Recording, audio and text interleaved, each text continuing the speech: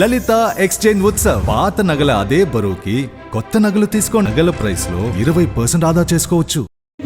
అన్నది ప్రజాస్వామ్యంలో ఎవరు సహించని విషయం కనుక బీజేపీ పార్టీ అక్కడ అస్సాం చీఫ్ మినిస్టర్ రాహుల్ గాంధీ గారికి క్షమాపణ చెప్పాలని కూడా కాంగ్రెస్ పార్టీ డిమాండ్ చేస్తుంది.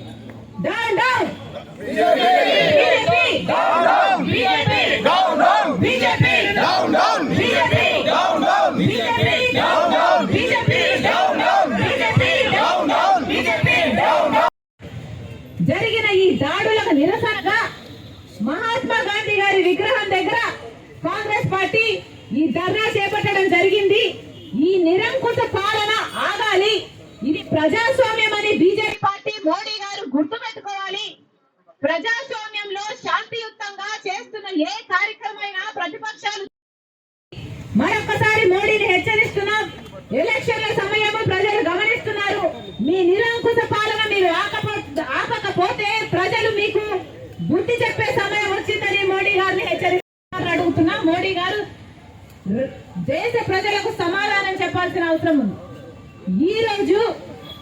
ఈ రోజు రాహుల్ గాంధీ గారు అస్సాంలోనే ఒక గుడికి వెళ్ళాలనుకుంటే ఆ గుడికి కూడా రాహుల్ గాంధీకి వెళ్ళకూడదు, అనుమతి లేదు అని అనుమతి నిరాకరించారు.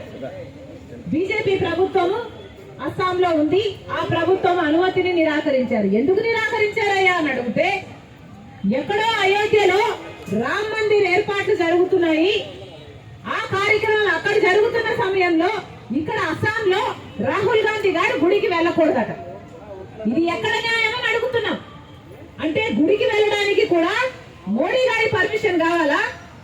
గుడికి వెళ్ళడానికి కూడా బీజేపీ పర్మిషన్ కావాలా? గుడికి వెళ్ళడానికి కూడా బీజేపీ కార్యకర్త, బీజేపీ నాయకుడో లేకపోతే ఆర్ఎస్ఎస్ లేకపోతే విహెచ్ఓ వీళ్ళ ఈ సభ్యులే అయి ఉండాలా? సామాన్య ప్రజలకు కనీసం గుడికి వెళ్లే హక్కు లేదా అని అడుగుతున్నాం. ఎందుకు నిరాకరించారో మోడీ గారు, అస్సాం చీఫ్ మినిస్టర్ సమాధానం చెప్పాల్సిన అవసరం ఉంది.